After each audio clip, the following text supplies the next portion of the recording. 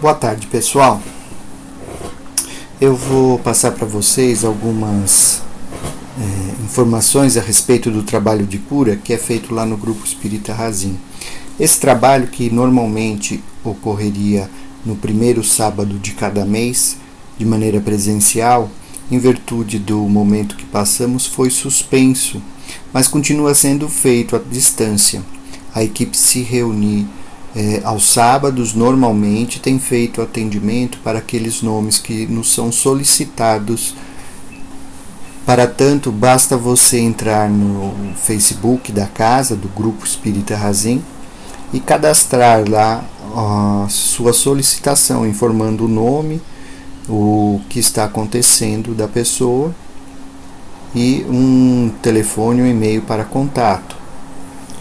Esse trabalho ele conta com a equipe espiritual e, mesmo não sendo presencial, nós recomendamos que você faça Evangelho no Lar antes do dia de trabalho, que você procure durante o trabalho, que ocorre às 16h30 todo sábado, assistir uma das preleções da casa, a própria preleção de cura que a gente posta com uma semana de diferença, e através deste momento você se ligar a Jesus, nosso Mestre, através de uma prece. O Evangelho no Lar a gente encontra aí também no Grupo Espírita Razim uma explicação, uma sugestão de como fazer, melhor dizendo. O Evangelho deve ser feito de acordo com o seu entendimento. Mas a recomendação de que seja feito regularmente é importantíssimo. Também é importante que a pessoa que está pedindo o atendimento, ela se conecte de verdade, né? Não apenas peça e depois vai fazer outra coisa. Não funciona bem desse jeito. A gente tem que pedir e tem que estar ligado a Jesus através da prece, da oração e de um momento de recolhimento. Caso você não consiga participar naquele dia, faça essa ligação em qualquer horário que lhe for mais fácil, mas faça. Ou seja, você faz uma oração, pede pelo auxílio naquela situação específica que você está vivenciando. E não deixe de acompanhar os trabalhos através da página do Facebook. Obrigado. Bom tratamento. Oração de Bezerra de Menezes. Deus, nós te rogamos, Pai de infinita bondade e justiça, o auxílio de Jesus através de Bezerra de Menezes e suas legiões de companheiros. Que eles nos assistam, Senhor, consolando os aflitos, curando aqueles que se tornem merecedores, confortando aqueles que tiverem suas provas e expiações a passar, esclarecendo aos que desejarem conhecer a verdade e assistindo a todos que apelam ao teu infinito amor.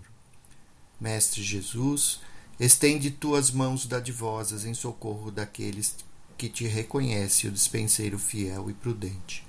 Faze o divino modelo, através de tuas legiões consoladoras, de teus santos espíritos, a fim de que a fé se eleve, a esperança aumente, a bondade se expanda e o amor triunfe sobre todas as coisas.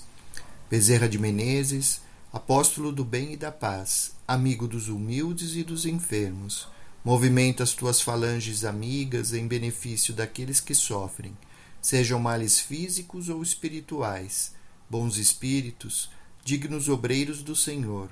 Ouvem nossas preces e derramai as curas sobre a humanidade sofredora, a fim de que as criaturas se tornem amigas da paz, do conhecimento, da harmonia e do perdão, semeando pelo mundo os divinos exemplos de Jesus Cristo. Assim seja. Oi, boa tarde a todos. Hoje a gente vai falar sobre sentimentos como sinalizadores para nós. E sobre este assunto, é importante a gente mencionar que todas as nossas dores emocionais acontecem no nosso coração para mostrar que algo está em desequilíbrio no nosso mundo íntimo e que a gente está se afastando ou que a gente está afastado no momento do nosso eixo de sustentação, que a gente se desconectou do que é melhor para nós. Então, todos os desequilíbrios que nós temos servem para nos mostrar alguma coisa. E, na verdade, esse sofrimento, é um chamado para que a gente pare de tentar mudar a nossa vida por fora e ouça as mensagens e intuições da vida interior e escute os seus sentimentos. Neles existem muitas soluções para aquilo que está tornando a sua vida um martírio. Então vamos falar um pouco sobre cada um desses sentimentos que parecem às vezes muito ruins, né? Então, por exemplo, né, a culpa. A culpa, ela nos ajuda pela retificação dos nossos princípios e valores. Então, se a gente está sentindo culpa, é importante que a gente olhe para os nossos princípios, os nossos valores e verifique se eles ainda fazem sentido. Porque tem muitos valores e princípios, crenças, que a gente acaba construindo no decorrer da nossa jornada e que essas crenças não valem mais ou elas não têm muito sentido. Então é importante que, se a gente está se sentindo culpado, é importante voltar nesse sentimento e entender se esses valores ainda fazem sentido. Outro sentimento é a raiva. Quando a gente está muita raiva o tempo todo, é uma avaliação do que não está bom. É uma espécie de defesa emocional a raiva. Então precisa avaliar tudo o que está acontecendo na nossa vida, nas circunstâncias atuais que está te deixando com raiva e realmente fazer essa avaliação e usar a raiva como motivador. Motivação para a mudança, motivação para se melhorar, motivação para mudar as coisas que você acredita que estejam erradas. Então essa raiva, todos esses sentimentos eles precisam vir, porque a gente é humano, a gente vai sentir esses sentimentos todos. A gente precisa avaliar esses sentimentos, senti-los, refleti-los e deixá-los ir. Então, quando a gente chama de sinalizadores os sentimentos, quer dizer que eles existem e que a gente não deve querer espantá-los, querer jogar lá pro fundo do sótão dos nossos pensamentos. Não, a gente precisa sentir eles, porque eles estão lá, eles estão sinalizando alguma coisa pra gente. Falando então da tristeza, outro sentimento que quando nos abate pode muitas vezes também se transformar em depressão. A função da tristeza é adaptá-lo a mudanças. Quer dizer, as mudanças estão aí, nem sempre elas são piores, mas muitas vezes nos trazem tristeza porque ainda somos muito apegados. Apegados a nossa falsa imagem, apegados a tudo que achamos que temos, né? E a tristeza, ela tem essa função de perder a parte ruim e ilusória que fez a gente sofrer.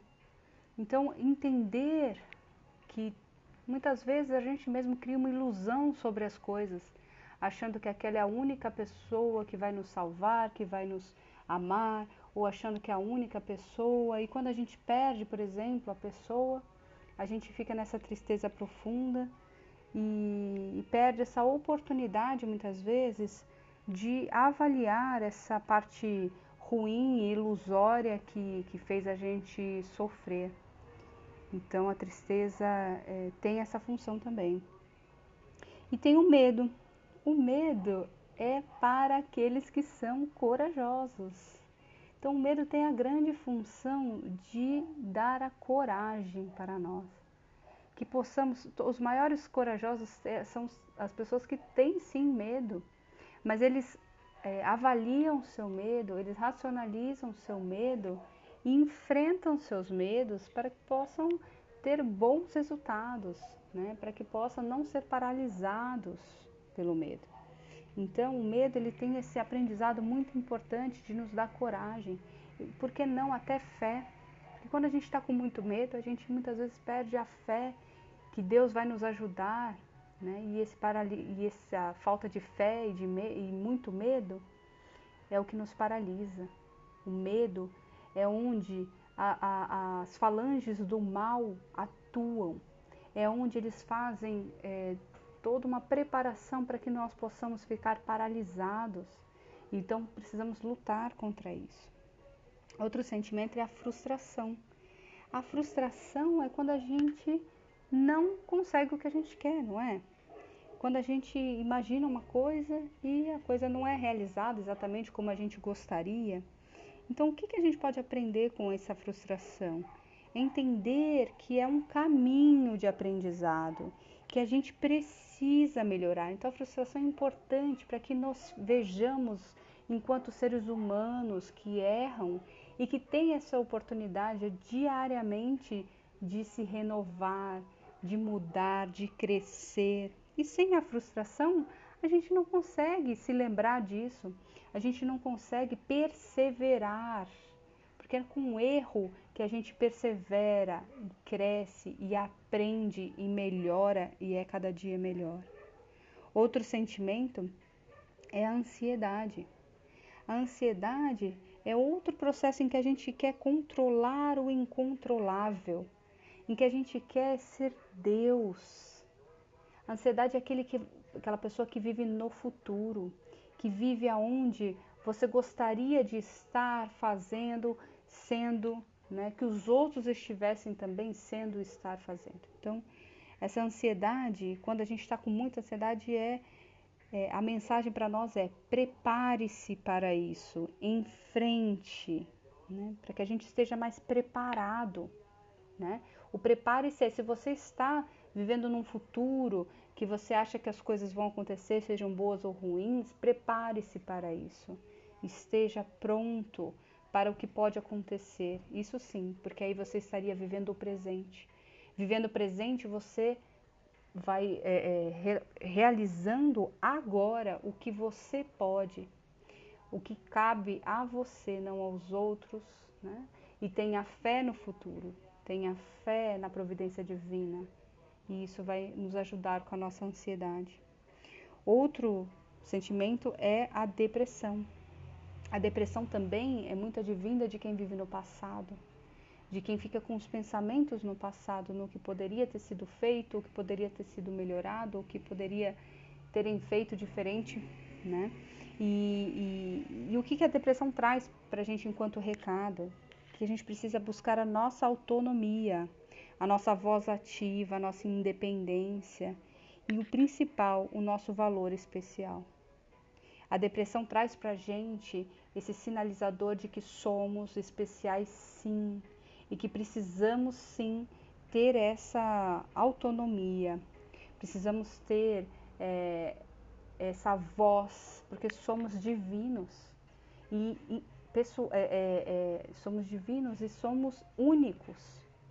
Então precisamos entender o nosso próprio valor. Então a depressão ela vem sim para nos mostrar isso, né? E que a gente precisa aprender dessa maneira. Então esses sentimentos nos sinalizam, todos os sentimentos negativos nos sinalizam que a gente precisa de uma mudança. Todos eles precisam de uma reflexão para que possa ter um recomeço. E principalmente humildade, para que a gente possa pedir ajuda, seja médico, espiritual, psicológico. Pedindo ajuda, a gente consegue humildemente entender que esses sentimentos existem dentro de nós e pedindo ajuda para que possamos entendê-los, para que possamos decifrá-los e, consequentemente, mudar a nós mesmos. Mudar para o melhor, aprendendo, crescendo, evoluindo enquanto espírito. E aí é que vem que todos precisamos descobrir a nossa missão perante a vida. Porque somos todos filhos de Deus e temos muito valor, somos únicos. Independente de como estamos no momento. Isso é uma coisa importante. Porque esses sentimentos ruins vêm, assolam todos nós, né? E na medida em que a gente reflete, identifica o que aqueles sentimentos estão querendo nos dizer e muda, esses sentimentos são cada vez menores. Ou pelo menos a gente até agradece por eles, porque eles estão nos ajudando a evoluir, né? Então é para entrar em contato com a nossa força interior, desenvolvendo o amor para os nossos talentos, fazendo as pazes com as nossas imperfeições e transformando em fonte de energia e saúde. Então todos esses sentimentos é uma maneira da gente transformar a nossa energia transformar em fonte de energia e saúde, para que a gente possa não adoecer com esses sentimentos, não levando para o extremo oposto em que a gente se afunda, né? E é por isso que a maturidade emocional é essa reflexão do que eu tenho que aprender e mudar. E quanto antes a gente aprende essas reflexões, menos precisamos passar por situações em que elas retornam. São situações cíclicas muitas vezes. E quando a gente deixa de querer encontrar a origem das nossas atitudes, sentimentos, pensamentos fora da gente. Isso é maturidade emocional. Entender que não é o outro que sempre me dá raiva, entender por que eu sinto tanta raiva com relação a esse tipo de outro. Percebe? A gente assume a responsabilidade sobre os nossos sentimentos. E entender que a gente vai ter provas. E se a gente não aprender as lições, a gente vai passar novamente. A responsabilidade, então, é apenas pelos meus sentimentos e atitudes e pensamentos, não pelo outro. E assim a gente vai tirando do outro a responsabilidade pela minha felicidade. Tirar o poder deles e transferir para dentro de você. Olha que poderoso isso, né? Enquanto que a gente entende e se responsabiliza por nós, pelos nossos sentimentos, a gente tira o poder do outro e transfere para dentro de você. Você tem o poder de entender, refletir e sentir todos esses sentimentos para que isso te sinalize alguma situação de mudança e para que você mude. E assim, não é o outro que te deixa, não é o outro que te descompensa, é você que visualiza como você pode evitar que os outros te afetem tanto, através da sua inteligência emocional, da sua maturidade emocional. E agora eu sugiro para que a gente possa fazer um exercício sugerido pelo livro Sete Caminhos do Alto Amor, do Vanderlei de Oliveira, um exercício para que a gente possa analisar esses sentimentos. Então, vou sugerindo que a gente feche os nossos olhos, vamos ouvindo a nossa alma. Vamos identificando um apelo que está lá, que ela está fazendo a você neste momento. Ouça, registre mentalmente esse apelo que a sua alma te faz neste momento e trace uma meta para realizá-lo, sem medo de sentir os seus sentimentos. Ouça seus instintos, ouça o seu mentor, que está sempre do seu lado. E ele pode te ajudar neste momento também de avaliação. Vamos agora sendo cientistas, vamos nos olhando muitas vezes fora de nós mesmos e avaliando. De repente, um pouco depois do acontecido, um pouco depois daquele sentimento nos abalar, vamos avaliando esse sentimento e mudando. E assim, neste momento de tranquilidade, de amor, de proximidade com o nosso próprio Deus dentro de nós e nossos mentores, vamos agradecendo imensamente, agradecendo pelos tratamentos recebidos neste momento, pelas reflexões, agradecendo a Deus por podermos estarmos juntos neste momento. E vamos vibrando muita luz para todo esse planeta, vibrando saúde em especial, vibrando para todos aqueles cientistas, pelos médicos, enfermeiros, todos aqueles responsáveis por essa pandemia, seja a nível gerencial, seja a nível operacional, e vamos deixando uma vibração em branco para que a espiritualidade se encarregue de levar onde houver mais necessidade. E damos graças a Deus.